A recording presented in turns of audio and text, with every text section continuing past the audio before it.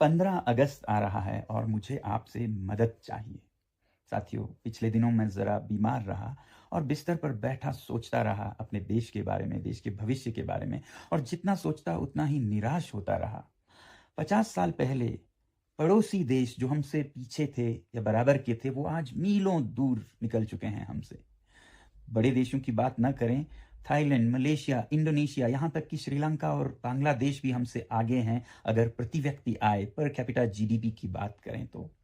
और अगर ऐसा ही चलता रहा तो 2047 में हम विकसित देश नहीं बल्कि दुनिया के बाजार में मुंह दिखाने लायक भी नहीं रहेंगे।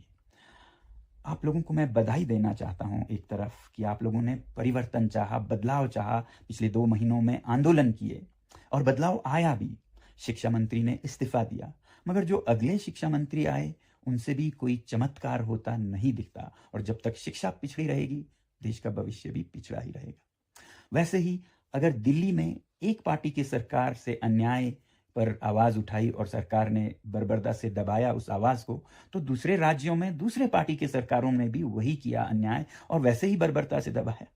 तो पार्टियों की भी बात नहीं है।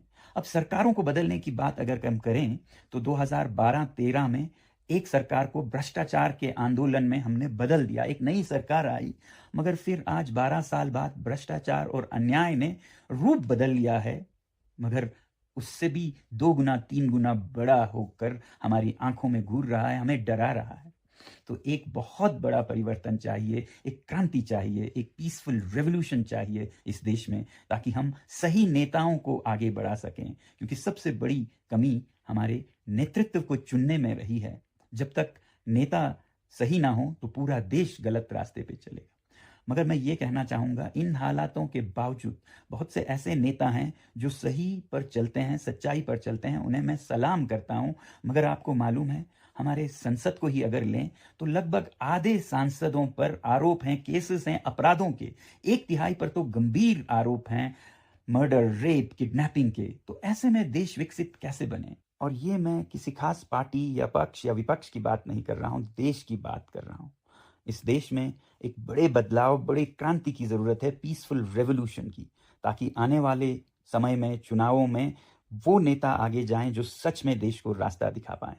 और इसके लिए मैं हमारे देश के जो बेस्ट माइंड्स हैं, बुद्धिजीवी हैं, उनको एक साथ लाना चाहता हूं, उनसे सलाह सुझाव लेना चाहता हूं। वो नहीं जो सिर्फ इंटेलेक्चुअल्स हैं, बल्कि वो जो निस्वार्थ हैं, सेल्फलेस हैं, चरित्रवान हैं, उसूलों पर चलते हैं, ऐसे लोगों को मिलना चाहता हूं। मगर यहाँ लद्दाख में बैठे मैं नहीं जानता हूं वो कहाँ हैं, कौन हैं, और इसमें आप लोग मेरी मदद कर सकते हैं। इस स्वतंत्रता दिवस पर मुझे एक भेंट, तोहफा दे सकते हैं।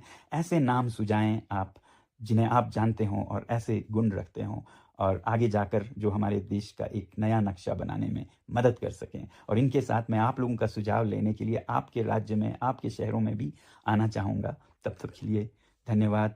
स्वतंत्रता दिवस की बधाई और जय हिंद।